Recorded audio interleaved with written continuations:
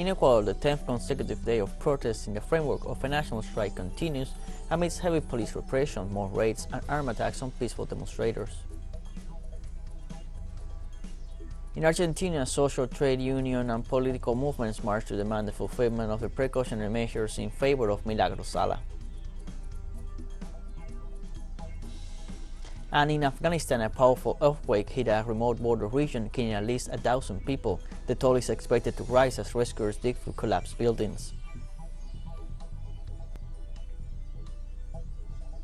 Hello, welcome to From the South. I'm Luis Alberto Matos from the TeleSUR studios in Havana, Cuba. We begin with the news. As the national strike in Ecuador moved into its 10th consecutive day, as social organizations denounced repression against protesters while different sectors of society joined the rallies. CONAIE reported that 6 people have eye damage and 18 have serious injuries. In view of this situation, the Indigenous Confederation demanded that the Inter-American Commission on Human Rights issue a statement on the matter. The Confederation of Indigenous Nationalities announced they will continue mobilizing and will only dialogue once Guillermo Lasso leaves the state of exception and state violence stops.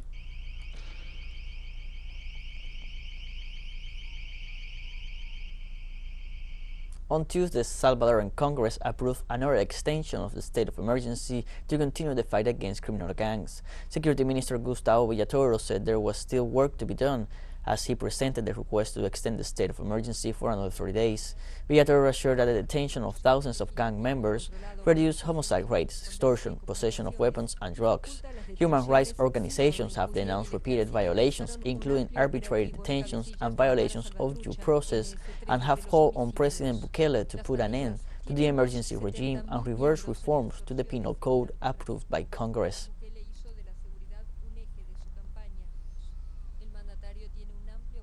The trade union movement in Uruguay went on strike and organized a caravan rally to the executive tower against the government's privatization policies. The rally started at the headquarters of the Uruguayan oil company ANCAP, from where they marched to the tower of the Uruguayan presidency. Protesters are defending the sovereignty of companies of the Fuel Administration Agency in the face of government policies which favor the benefits of private companies. They also denounced the insecurity of workers after it was proved that strangers were brought into the plants to sabotage work equipment, which could affect the lives of workers if they are not in optimum conditions.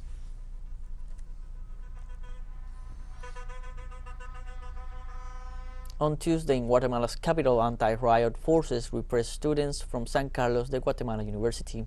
The local alternative media, Prensa Comunitaria, informed on police attacks against the students protesting against the appointment of a magistrate to the Constitutional Court by the University's Superior Council. Also, there are reports of several attacks against the press covering the confrontations. On May, Guatemalan students and teachers took over the same institution, the only school of higher education in the Central American country, as a sign of rejection to the election of Walter Mazariegos as dean, who they consider was elected in a fraudulent process and who has links with parallel entities.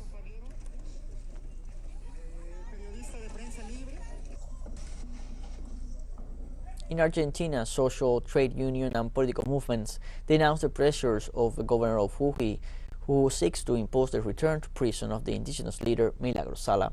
The demonstrators pointed out that Governor Morales uses the power of his office to pressure the judicial system with the intention of suspending the precautionary measure in favor of Milagro Sala.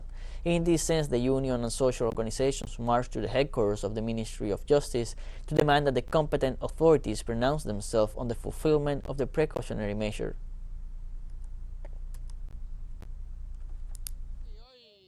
We come to ask the national government to be clear, convincing, and accurate in stating that the national government would comply with the precautionary measures of the Inter-American Court, which are part of our Constitution. At this moment, Morales is putting pressure on his own justice to send Milagro back to prison, which would violate the precautionary measures of the Inter-American Court. It would violate the resolution of the Supreme Court, because these treaties are binding and would violate the Constitution. So we say to the national state not to be silent, not to be silent. Former Brazilian President Luiz Inácio Lula da Silva and former Governor Geraldo Alckmin, running mates for the next presidential elections by the Let's Go Together for Brazil movement, presented the guidelines of their government program. The document was drawn up on the basis of a broad understanding among representatives of the 7 parties that make up the movement. It was structured around social and economic development, rights guarantee, social, environmental, and climate sustainability, defense of democracy, reconstruction of the state, and sovereignty. Both set up a virtual platform entitled Together for Brazil, which will be officially introduced in Sao Paulo, and it will remain open for about 30 days for people to submit their suggestions while holding debates, forums, discussions, and consultations across the board.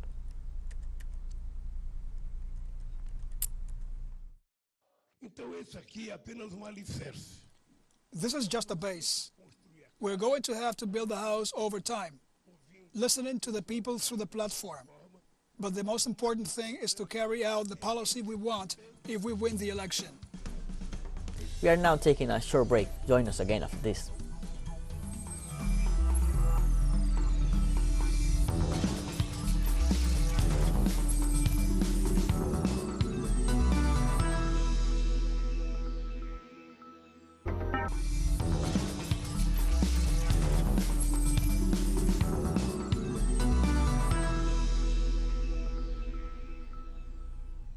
Welcome back from the South. In Colombia, in compliance with the peace agreement signed in 2016, on Tuesday began the hearing for the recognition of responsibilities of the former FARC guerrillas before the Special Jurisdiction for Peace, GEP. 7 members of the last FARC leadership appeared before the GEP after the Truth Recognition Chamber charged them with war crimes and crimes against humanity in the 01 Macro case. Top commanders of the former FARC guerrillas admitted their guilt for the first time to the victims of more than 21,000 kidnappings for which they were charged. Rodrigo Londoño, former FARC-EP guerrilla leader, said he accepted individual and collective responsibility on behalf of 13,000 combatants who laid down their arms.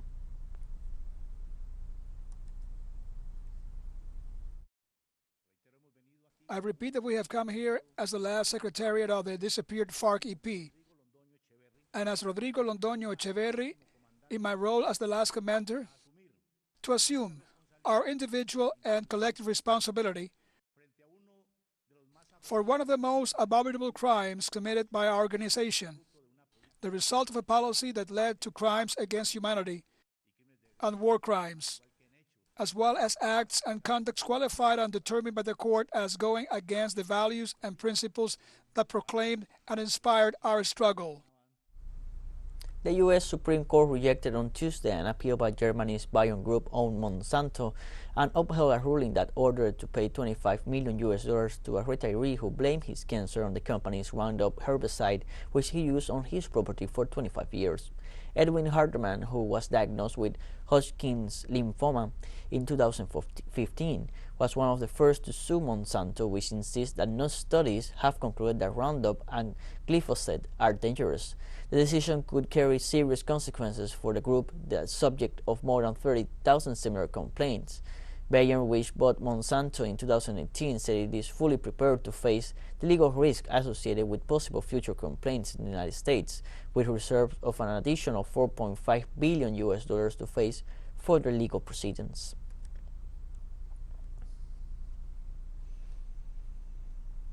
Supporters and opponents of abortion rights protested outside the United States Supreme Court in Washington as the 9 justices prepared to release a decision in a case that could result in the overturning of the 1973 Roe v. Wade ruling protecting the right to abortion. The Supreme Court is expected to deliver an opinion by the end of June that could roll back 50 years of abortion rights in the U.S. In the absence of any federal laws, it is the 1973 ruling that guarantees a woman's right to an abortion in the U.S. According to a draft leaked in May, the conservative majority on the 9-member court is prepared to overturn Roe v. Wade. Latest statistics from the Guttmacher Institute show that more than 900,000 abortions were done in 2020, an increase after 30 years of steady decline. Meanwhile, the U.S. Center for Disease Control and Prevention stated that 92.2% of abortions in the country take place in the first trimester.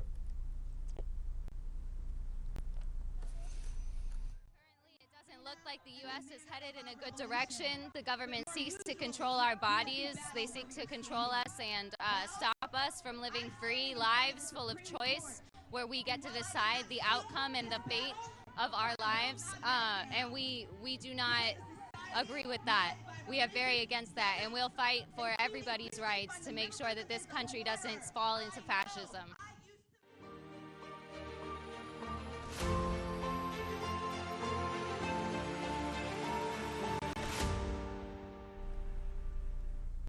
Russia warned that blockade of transit of goods to Russian enclave of Kaliningrad by Lithuania will have serious consequences for the population of the Baltic country.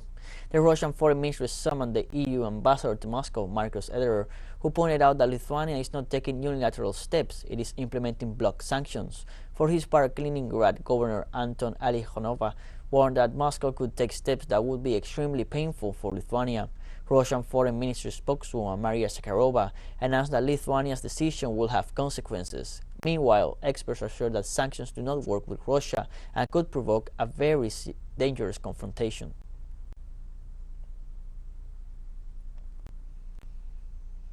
On Tuesday, European Energy Commissioner Kadri Simpson said that the European Union may not have enough energy for next winter.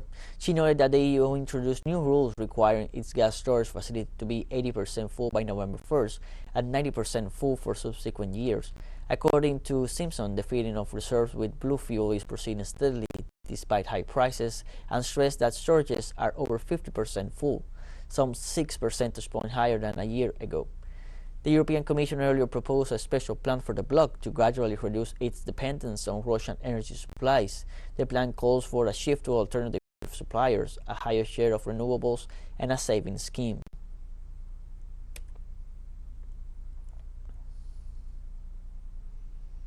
Belgian Afro-descendant community marched with last remains of anti-colonial hero Patrice Lumumba.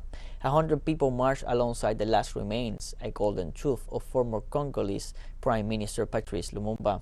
Through the streets of Brussels, from the Congolese embassy to Lumumba Square, the tooth will shortly return to Lumumba's family in the Democratic Republic of the Congo, turning the page on a chapter in Belgium's colonial past, after Lumumba was murdered by separatists and Belgian mercenaries in 1961. Belgian Prime Minister Alexander De Croo reiterated that his country's authorities bore a moral responsibility over the killing.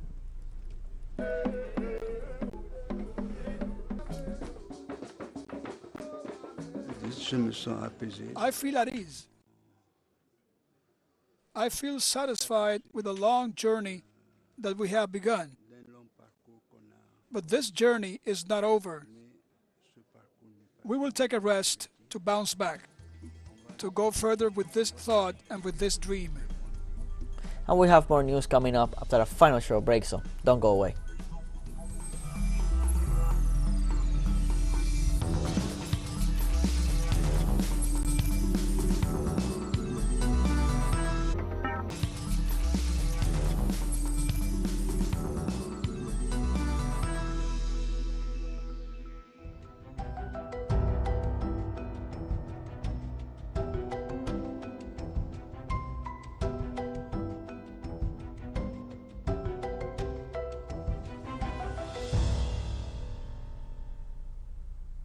Welcome back from the south.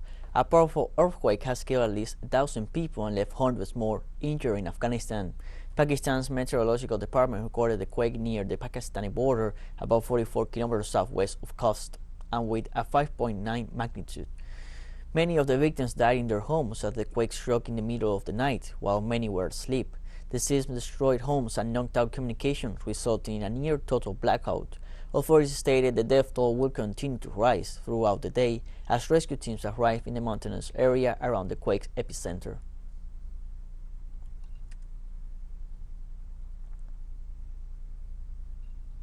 Britain's railway workers began the biggest strike in more than 3 decades as the cost of living caused by surging inflation risk wider industrial action. More than 50,000 members of rail union will walk out for 3 days this week. Mick Lynch, RMT General Secretary, described as unacceptable offers of below-inflation pay rises by both overground train operators and London Underground. Transport Secretary Grant Shapps said the government was doing everything it could to minimize effects, but told Parliament that around 20% of planned services will operate. The strikes risk causing significant disruption to major events, including the Glastonbury Music Festival as well as national exams. The union argues the strikes are necessary as wages have failed to keep pace with UK inflation, which has hit a 40-year high and is on course to keep rising.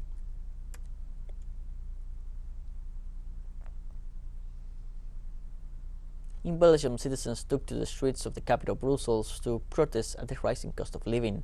Under the slogan of more respect, better wages, and an end to excise taxes, over 70,000 mobilized workers demanded government intervention to address soaring living costs amid inflation that reached 9% in June, reflecting sharp rises in other countries triggered mainly by the conflict between Russia and Ukraine and its impact on supply chains and energy prices.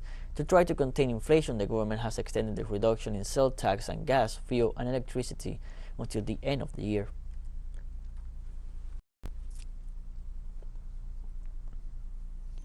The United States military conducts war drills near the disputed area of Western Sahara in exercises organized jointly with Morocco. According to the United States Command in Africa, more than 7,000 troops from 9 countries and the North Atlantic Treaty Organization take part in exercises under the codename African Lion, which began on June 8th. In such maneuvers, due to conclude on February 24th, rockets were fired near Western Sahara, Navy ships patrol off the coast of Spain's Canary Islands, and Air Forces conducted training exercises. For his part, the Moroccan Prime Minister Saad Eddine El Othmani said on social media that the event marked the beginning of U.S. recognition of the Moroccan Sahara.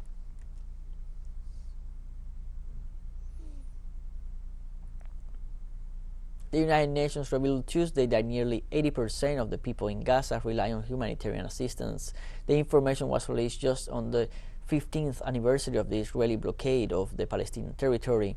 The spokesman for the UN Secretary General, Stefan Dujarric, said the Palestinian population in that area is very affected by the blockade, the generalized poverty, and the high unemployment rates. The spokesman echoed reports from Humanitarian Agency of the multilateral organization, which also indicate that almost 80% of young people are unemployed.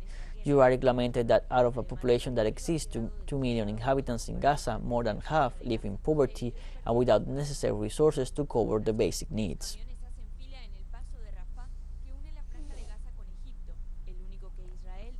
Saudi Crown Prince Mohammed bin Salman was received by Jordan's King Abdullah II on his first trip to Jordan since being named the heir to the throne in 2017.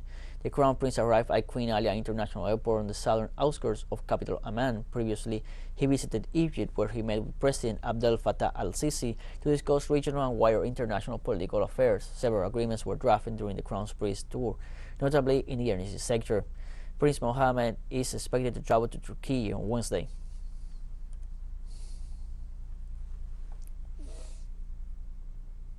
China reported 12.1% annual growth in trade with BRICS member countries. The Chinese Customs General Administration detailed that trade relations with the emerging bloc totaled $196 billion, with an increase of 18 points in exports of Chinese products and an increase of 6.6 points in imports from the BRICS members.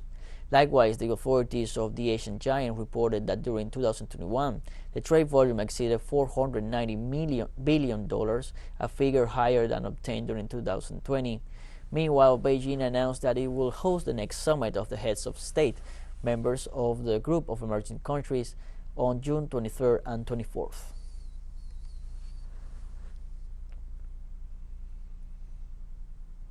TeleSUR expands its signal with new satellite parameters. Since more than ever, the world connects to us and our stories are heard in other faraway nations. These parameters are in place since June 1st in Latin America and the Caribbean, both in English and in Spanish, and quite soon further changes will be implemented for the signals in Europe, the Middle East, and Africa. This news multi-platform will continue providing truthful content to oppose the hegemonic media's narrative and our faithfulness to our audience.